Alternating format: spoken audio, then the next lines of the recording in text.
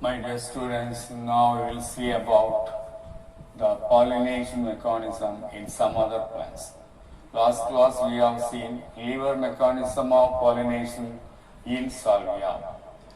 But in some other plants, some other mechanisms are also there that will be that they are listed like this.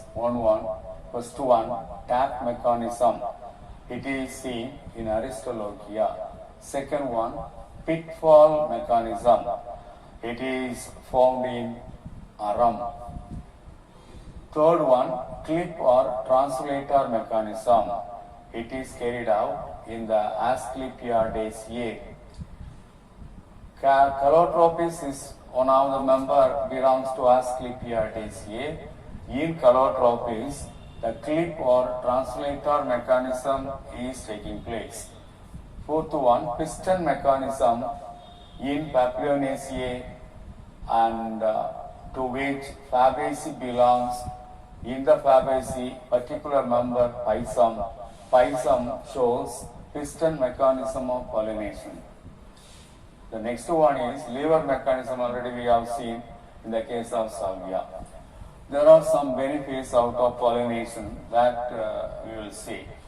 First one, out of pollination, we know about the pollination provide information about evolution, ecology, animal learning, foragic behavior.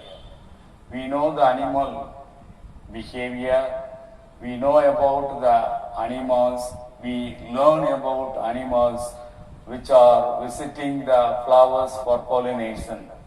Foragic behavior means when the insect search widely for food, that behavior is called foragic behavior. That also we know out of pollination. The pollination provide pollen and nectar to the visiting pollinators. Not only that, the pollination provide microclimate for the egg-laying insects. That means that it gives sight and shelter.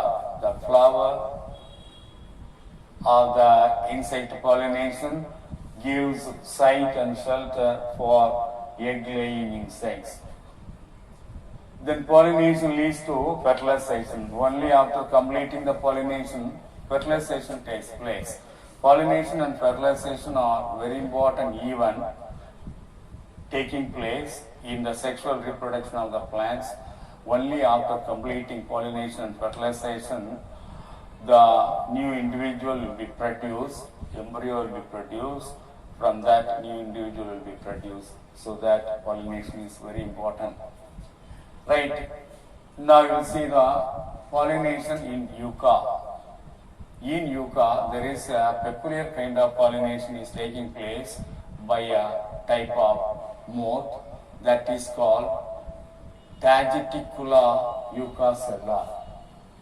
Tageticula eucacella is the name of the moth. This will bring the pollination in Yucca plant. There is a mutual relationship between Yucca plant and the moth Tageticula eucacella. That mutual relationship is called obligate mutualism, because without moth, the Yucca plant cannot sexually reproduce, and without the Yucca flower, the moth cannot live. So they are interdependent. First, the moth bore a hole in the ovary of the Yucca plant, Yucca flower, and lays eggs. And then the moth will collect many pollen grains and make it as a ball, pushes into the hole of the ovary, and that is the food for the larvae of the moth. The larvae consume the pollen grains as well as the seeds. Newly formed seeds also will be consumed by the larvae. After fertilization, after pollination, after fertilization, zygote is formed. From the zygote, embryo is formed, and from that ovule converted into seed, and the seeds will be consumed by the larvae of the moth. Unconsumed seeds will germinate and produce a new plant. So there is a mutual relationship between the yucca plant and the moth. The moth cannot survive without yucca flowers, and the yucca plant fails to reproduce sexually without moth. So they are interdependent. That is the peculiarity in the pollination of yucca plant. So that is dependent on the moth Tageticula yuccacella for pollination.